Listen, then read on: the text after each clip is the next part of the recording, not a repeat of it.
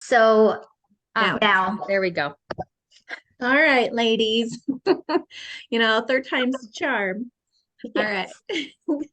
So, thank you. Welcome to our podcast, the We Stand Strong Women Empowerment. Christina, did you want to introduce our lady for today? Yes, you guys, so excited. We've got Amie Larsen here, and she has some awesome stuff to share with us about like making it rich, guys. Like she's going to tell us exactly how to, take our pennies and turn them into millions. So, okay, Build maybe wealth not that extreme, but Over.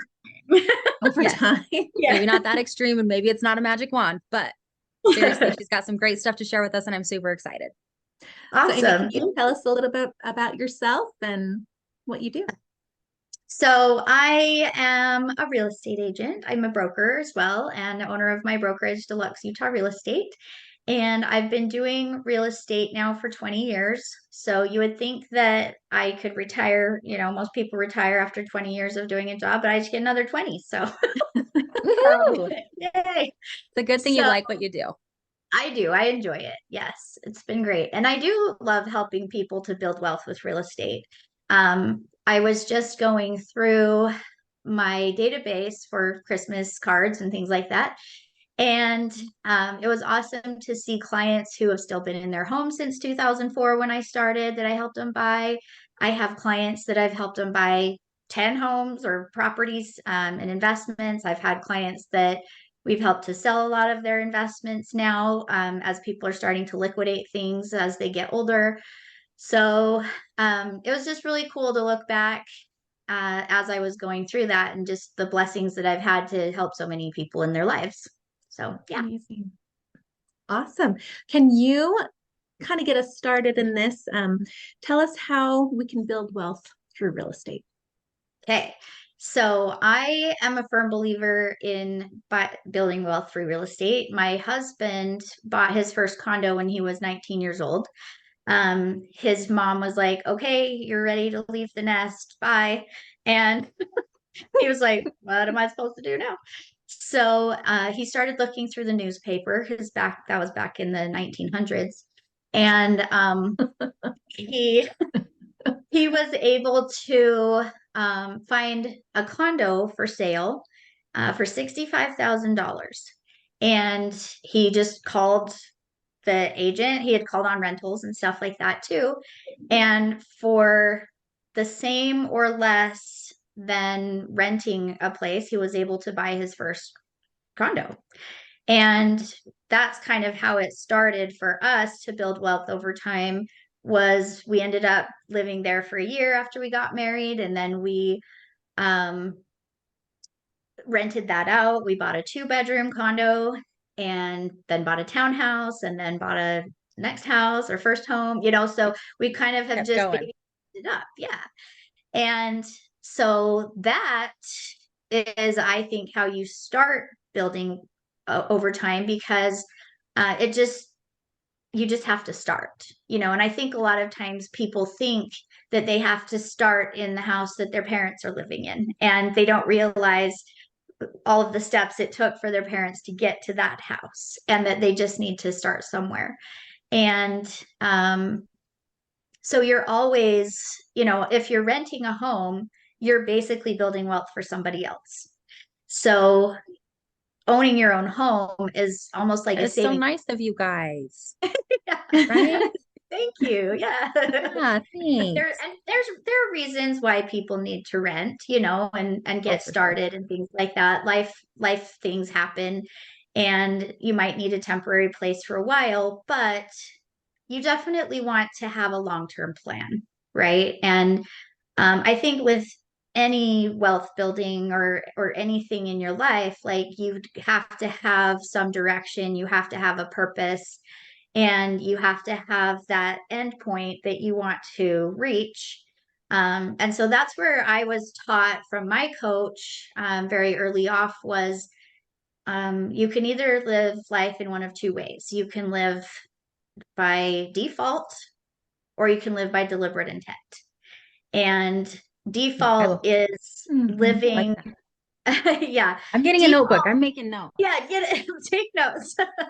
So, living by default is how 95% of the people live, right? And um, I think it was Brian Tracy said that, about 3% of all people actually write down their goals and have written goals. And so that's one thing that we've done every single year around this time in November is we write our goals for the next 12 months.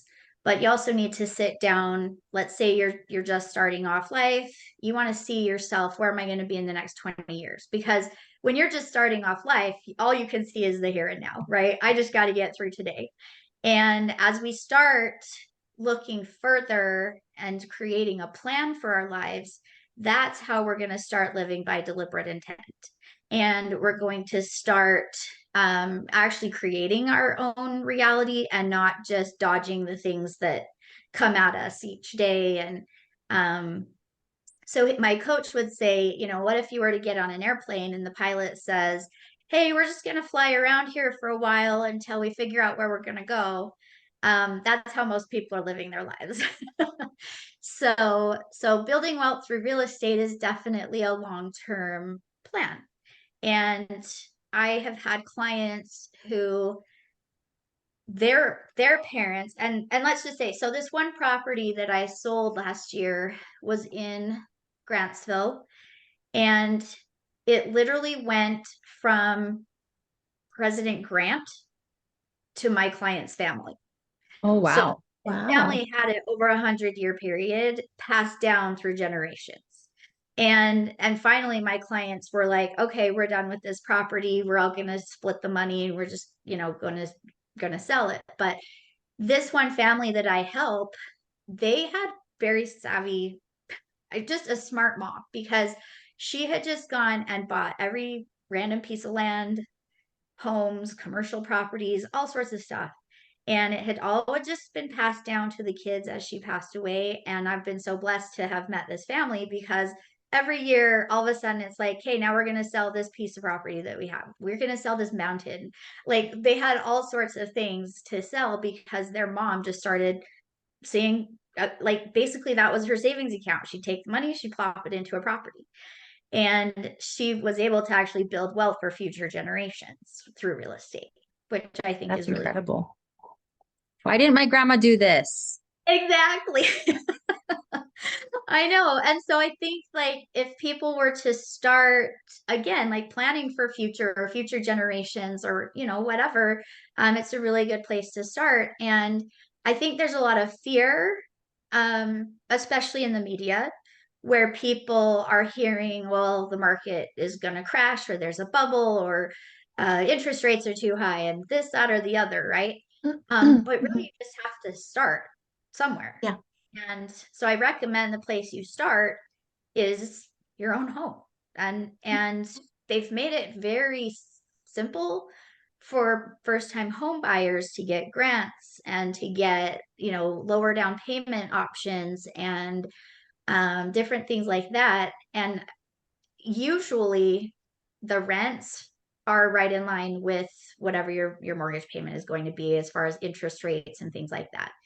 There are also options for buying down the interest rate. So when people come to me and say, oh, we can't buy, oh, the interest rate, well, then we can solve the interest rate problem by our negotiating, and I think that that's where there's just a lot of problems is people just don't understand the process and that there's a solution. They just need a professional to help them.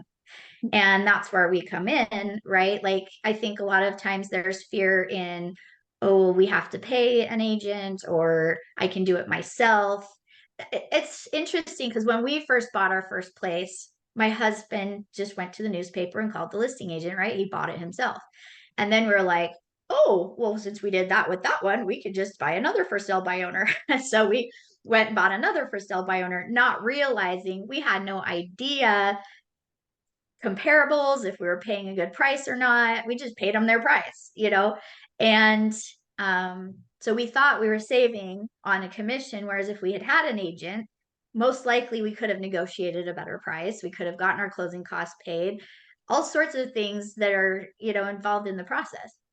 Wait, so are you saying you actually like know things?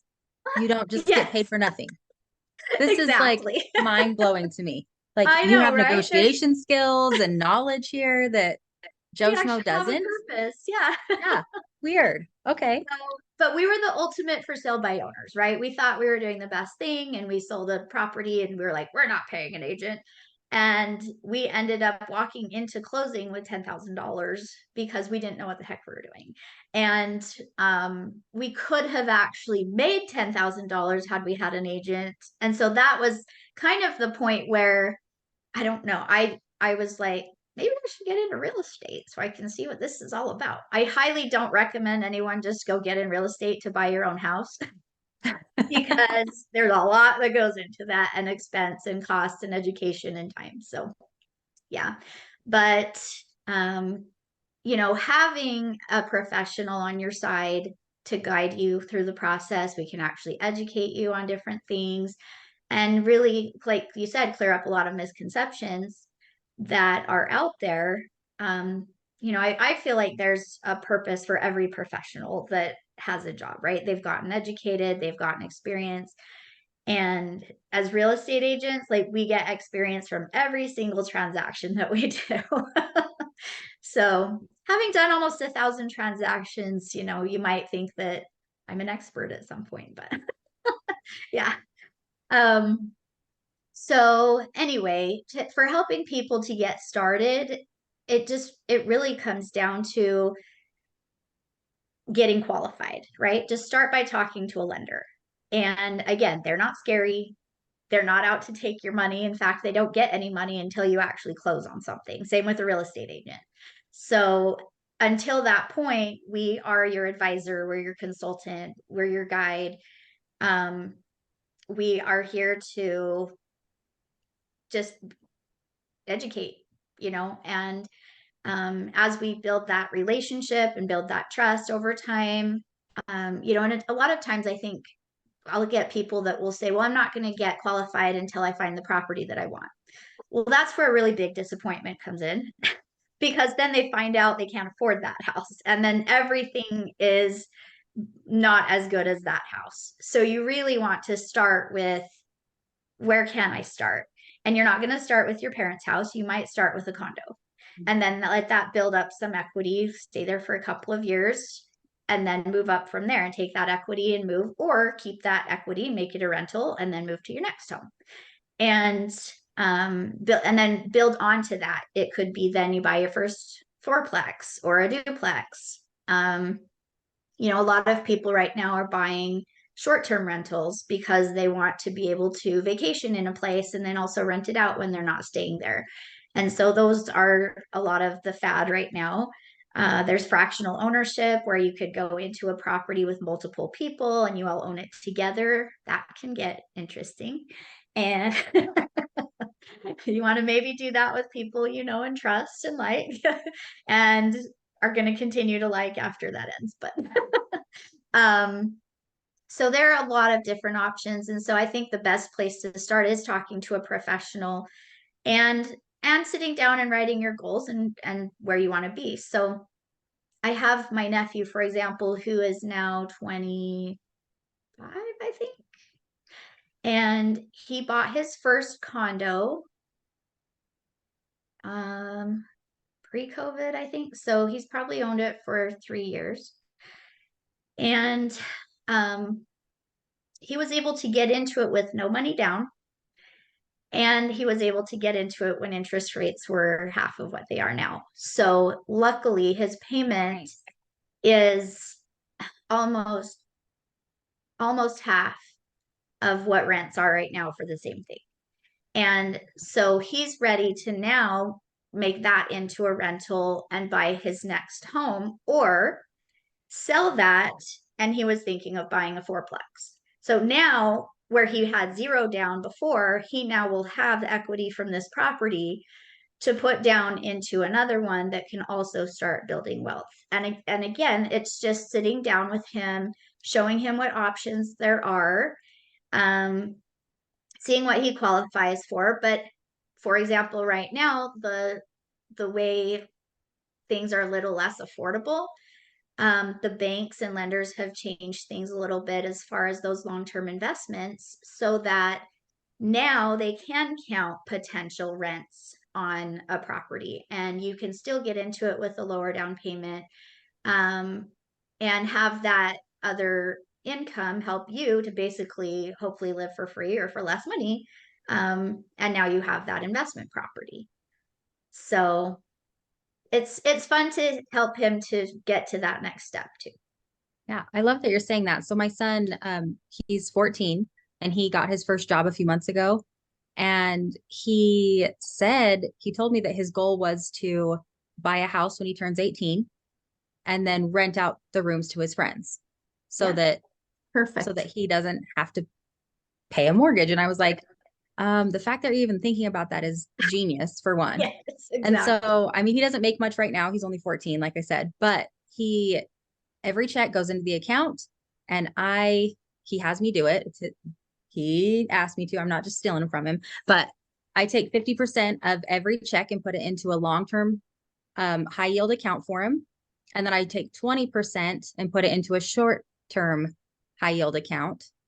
And then the other 30% he spends on whatever the heck he wants. So he just like plays with it. He's 14. You know what I mean? Perfect. Spends it Yeah. on food or whatever. And I just think it's so awesome that some of these kids, I mean, don't get me wrong, I've got other ones that aren't even, don't have two pennies to rub together, but Right. I think it's so awesome that kids are more knowledgeable about finances today and are even thinking about things like that. Yeah, for sure. And those are great skills that I don't think are taught. I mean, they're definitely not necessarily taught in school. Um, and not in a lot of homes. And so it would be good to teach that, especially at that age where they can start working, right? And start having that mindset of, save this much, donate this much, and then live on this much. And if people had those habits and skills as they get older, they're going to be in a way better position. Another thing that I did for my kids once they turned 18 was I added them to a credit card. And now they have 800 scores as they're getting into life, because it was just a credit card that I use, and we've paid it. We've paid for like their college or different things on it. And so, I mean, they need help with building credit, because the higher credit score you have, the better interest rate you're going to get. And so that's another thing too about, talking to a lender before you're even ready to start the process, maybe a year or more, so that they can say, well, here's what your credit score is. Here's how we can help you build it. Here's how much you might need to save, or be prepared for as far as monthly payments, things like that. And just start working toward that process, knowing, well, in a year or two, we're going to start buying our first place. So here's how we're going to prepare, and plan. So yeah, that's really good. Good job, Mom.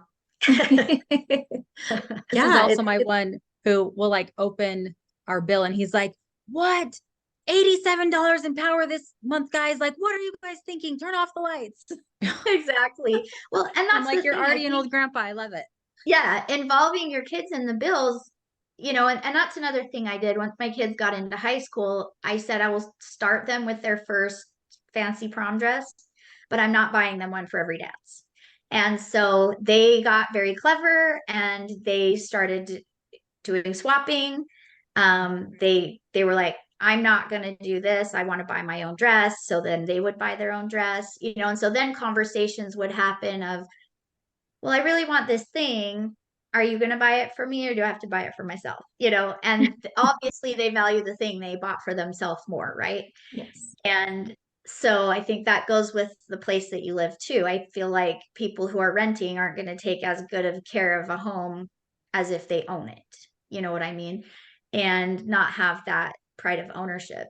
What's funny is at any place that we rented in the past, we left it better than it was. Like, we replaced the carpet, we did all these things because we were like, we can't live here the way this is. So, but that's what you can do when you own your own home, right? Like, you can do those things. You're not going to do it for somebody else necessarily. So Yeah. yeah. I remember when I first bought my own home in 2013, I walk outside and I'm looking around and I'm like, that is my weed because this is my home. So I can pull that weed or I can just leave it there, but it's mine. Yeah. I love it. I And feel like you usually need to have like a people, weed framed on your wall now. yes, my first weed. My first weed. Well, and usually people will start fixing up or putting like love into their house right before they're ready to sell it. You know what I mean? Oh And my they're gosh, like, yes. "Oh, why didn't we do this a year ago so we could enjoy it?" And stuff like that. And so it's nice if you can enjoy that investment that you're making. And any improvement that you make to a house is an investment, right? It's going to add value, it's going to make it worth more. So when you do go to sell, rate of return on that money you put in is actually coming back to you, as opposed to just here's a thing that we bought, like a car or side by side or whatever. Mhm. You're actually adding value to that asset.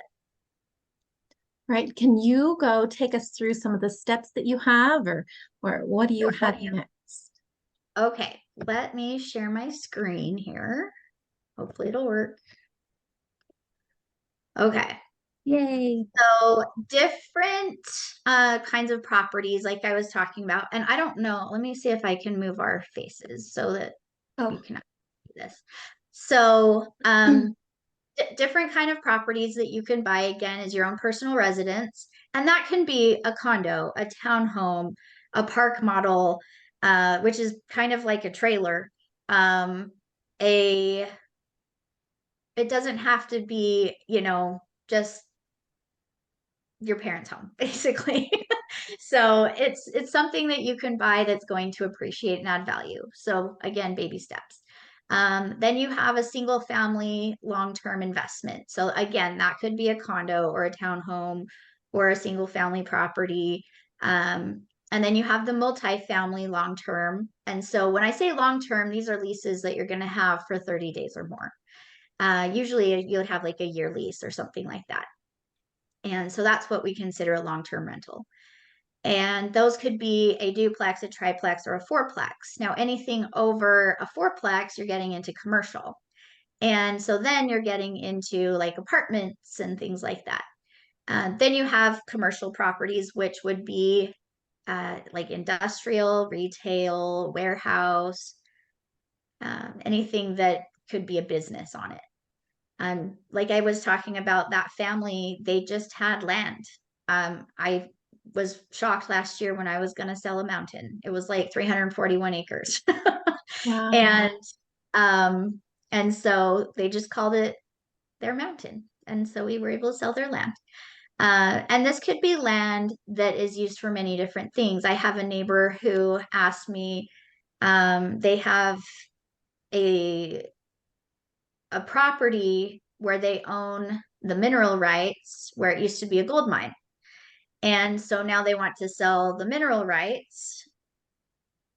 And usually there's tailings and that's where you get into clients who are like chemists and things like that because they see value in what is in the land. Um, and what can be done with the land. And then you have your short-term rentals. So the short-term rentals are like your Airbnbs, your VRBOs. Those are the fun things that people are doing right now. So many variety of ways that you can build wealth in real estate. Let me get to the next screen. Apparently I didn't share that properly. Okay.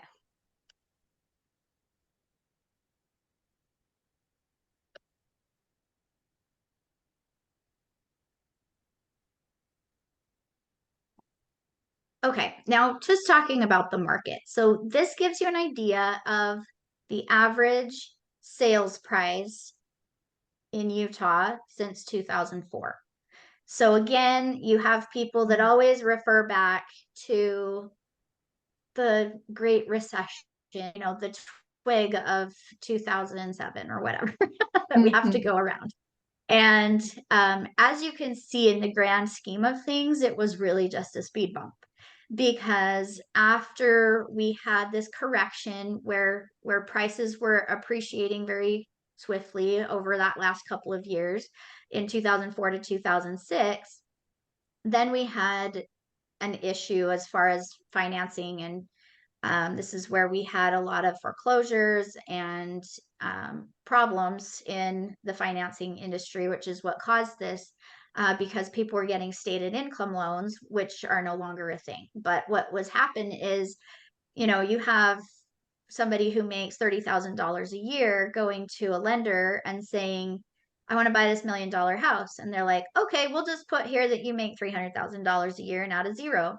And so now you That have sounds these nice. guys that make $30,000 a year having to pay $30,000 in payments and not able to make the payments. So that's where we had a lot of foreclosures and the banks having to take back homes that shouldn't have been sold in the first place. So anyway, that's why we had these prices drop, because there was a lot of inventory on the market and more homes than buyers. That created a huge fear. And so what happened with that fear is builders stopped building because they didn't want to get stuck with inventory. But yet builders stopped building houses, but people kept having kids and people kept multiplying and people kept moving here. And so then we came into where we had more people than houses. And so when that happens, now you have, well, here's what happened is in COVID time, we had this great appreciation that was healthy happening here, and then COVID hit and everybody fled to Utah and just started buying houses. They got the what do you call that money that they gave everybody? Oh, Stuff. So yeah. they got the stimulus checks, and then everybody was like, hey, now we can buy a house. So because we had more people than houses, you'd have 20, 30, 90 offers on one house, bidding the prices up $100,000. And that's how we had these huge spikes and gains in the home values, because of that. Then we had June of 22 where the interest rates doubled. And of course, you had this huge panic, and it was like, people are going to stop buying houses, so we've got to drop our prices. Well, as you can see, people dropped their prices, but we still had low inventory. And so the prices still kept coming up because there were still more buyers than houses. So there's always a demand, there's always a need. Like, when you're comparing, should I buy this in the stock market or Bitcoin or whatever, like everybody always needs a house. So this is why investing in real estate is going to be a very good opportunity, because everyone needs somewhere to live. So benefits of owning your own home or office, if you're going to buy commercial, you get some tax deductions on the mortgage, insurance, and interest payments. So again, if you were considering renting versus starting your first condo or townhome or house that you want to buy, take into consideration you're actually going to be getting tax money back, either at the end of the year or during the month, however you run your finances. You will get money back for owning a home, whereas if you are renting, the person you're renting from gets that. You do get the equity appreciation that can be used for debt reduction and investing. So right now, a lot of people have a ton of equity in their homes, but over the last couple of years where everything was great, they went and racked up a bunch of debt. So they can either refinance their house and pay off some of that debt, or sell it and downsize, or pull some of that equity out to consolidate debt and things. So it actually gives you a tool that can help you as well. You get security in a changing market with a permanent payment. So once you buy, you've locked in that payment. As you're renting, your landlord could raise your rent every single year. You're not secure unless you locked in a 5-year lease or whatever, which I wouldn't recommend, to lock in that payment. Also, a lot of insecurity and instability that's happened right now is a lot of those landlords are selling their properties. And so they're having to go to their tenants and say, guess what, guys, we're selling and you're out. and now you have to go somewhere else and move. And then you have the lower upfront investment for financing when you own your own home as well. So we kind of went over a lot of these individual properties. Benefit of the single family long-term rental, someone else is paying your mortgage and building your equity. You have income from the rent as well as that long-term appreciation. And you can convert your primary residence into a rental. And then you could also convert that back into your primary residence to save on capital gains down the road when you go to sell it. You can get, again, like the duplex, triplex, fourplex, and you can actually start that as a primary residence, like I mentioned, my nephew wants to do. And that income from the other units can actually help to pay down your mortgage or just reduce the cost for you to live. And then again, the short-term rental is an awesome benefit for if you want to have a vacation property and you want to be able to have it pay for itself. So I'm going to skip through these. So again, just how you get started is just those baby steps, right? And start with your own owner-occupied property, move up, rent that one out, then get another one that is in your affordable price range. The thing is, as you grow, over time and get older, your income should be increasing at some point too, right? Then you retire and then your income drops. So this plan is to help set you up so that as you are building your income, you're also building your wealth and then setting yourself up over time so that you're sustained for the rest of your life and you don't have to work forever. Like I probably will do because I just like to. So then, again, you'll buy your next starter home, rent it out, then move up to your dream home, right? You're going to move up to your dream home. But by the time you move up to your dream home, you could have 4 rentals by that time if you just every couple of years baby stepped up. And then once you're in your dream home, you'll stay there for a few years and your kids are raised in that home. And then they're going to all start moving out. And now it's time to downsize. So now you downsize back to your next smaller home and sell the dream home, right? And that one can, or rent it. You could always rent out the dream home and have that income coming in. Then you're going to live that there for a couple of years again, so you can save on the capital gains tax. Then you turn around and sell that property and move to the next smaller one or the next one. And you're living on that equity as you either sell the properties or you have that rental income coming in. So I have a lot of clients who have no other income other than what they're making on their rental properties that they no longer owe on because they got paid off over time. So the best place to start is to start with a professional. Talk to a lender that is trustworthy, you know, that's not just trying to sell you something, that will help you and grow over time, and educate you and help you as far as credit repair or, you know, just advice on how to go. Also talk with a professional real estate agent. There are a lot of real estate agents out there and not all of them are professional. So you want to find someone who is not just like your cousin who just got a license and they just do it on the side, or friends or family or whatever. Like you really want somebody who is in it for the long haul, who has experience and can really guide you and be a mentor, as opposed to just a salesperson. And so they will help you throughout the entire process for many years, right? So I have clients who I helped buy their first home in 2004 and many in between, and now I'm helping their kids to be able to buy. And so you want to have somebody that's not just doing it as a hobby. And having that third party can also take the emotion out of this decision because it is the biggest decision of your life, most likely. You know, this is the biggest investment of most people's lives. And so you want somebody who actually cares about you and wants to be there for you forever. So like, my motto is clients for life. Sometimes that, I hope that's my life.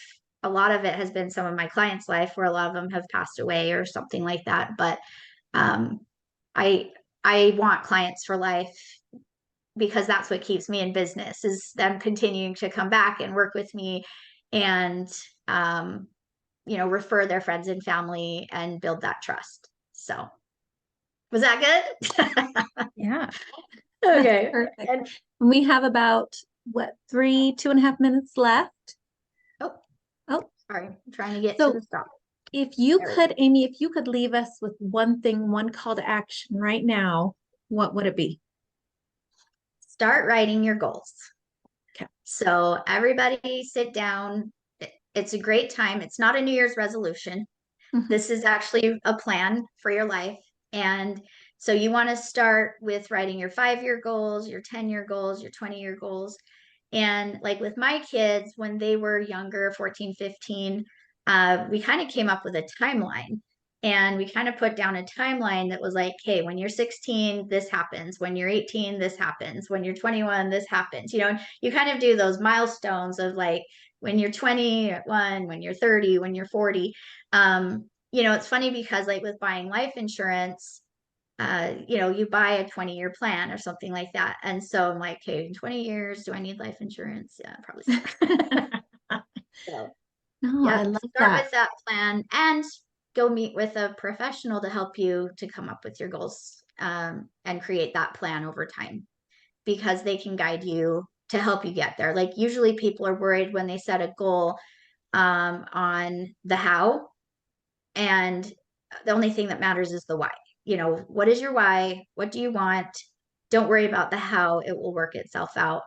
And having the right people in place can help you get there. Perfect. Awesome. Thank you so Christina. much. Thank you so much, Amie. So you're going to send me all the links to get a hold of you. And I'm going to put them down below. And, Perfect. I love the goal. Everyone write down your goals, and maybe we can talk to you again in maybe 6 months or something Yeah, and kind I'd of love to. review the And goals. people, share your goals with us. We want to hear them. Yeah, we'd love to see people's goals and, help you through that. So yeah, All right. Well, thank you so much. And we'll see you on the next one. Thanks, ladies. guys. Bye. Bye.